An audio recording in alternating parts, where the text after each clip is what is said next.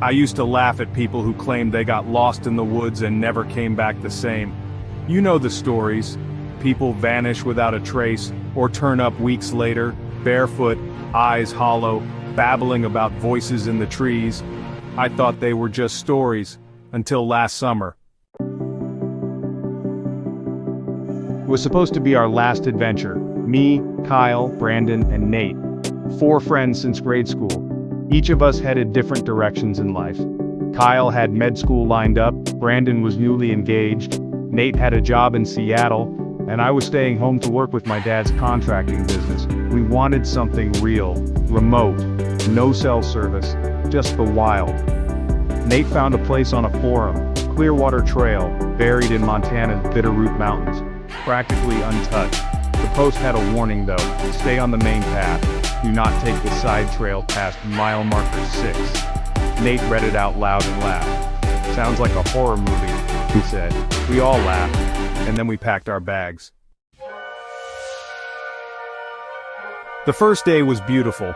Towering pines, cool air, and this kind of hush that makes you feel like you're walking through something ancient.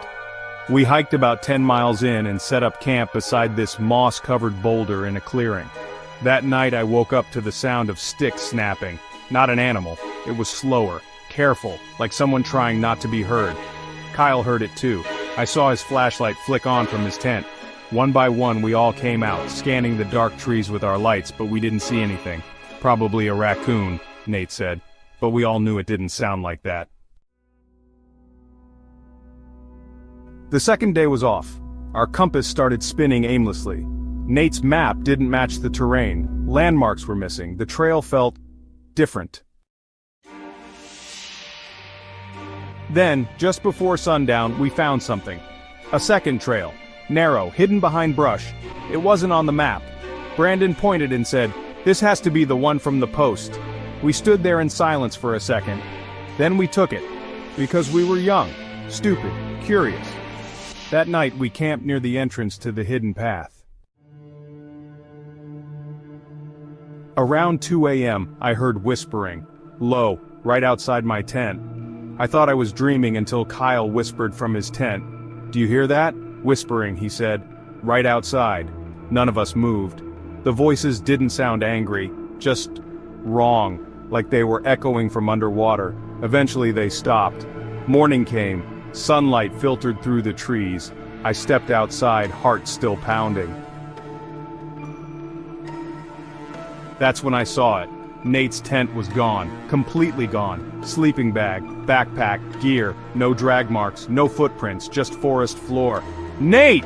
we shouted, again and again, but there was no answer. Only trees. We searched for hours. Nothing. The trail we had hiked in on, it was gone, like it had never existed. The forest had swallowed it. Brandon said, "There's no way, we're not that deep in." But the trees didn't care. We were alone.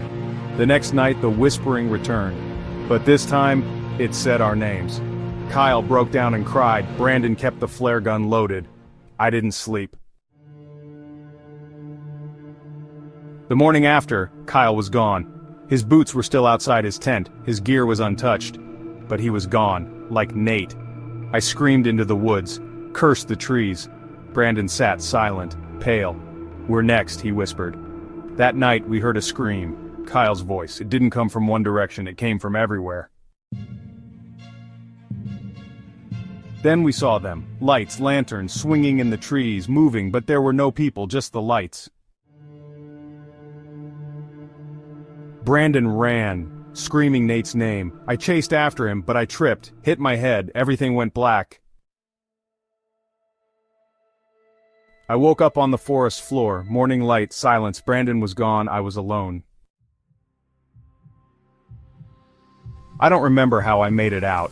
The ranger said I stumbled out of the woods 3 days later, dehydrated, covered in scratches, muttering nonsense. No trace of the others, no second trail, no mossy boulder, just me. And now some nights I hear it again, whispering, from the woods outside my window, calling my name. 'Cause whatever's out there, it never let go, and it's still waiting, just beyond mile marker 6.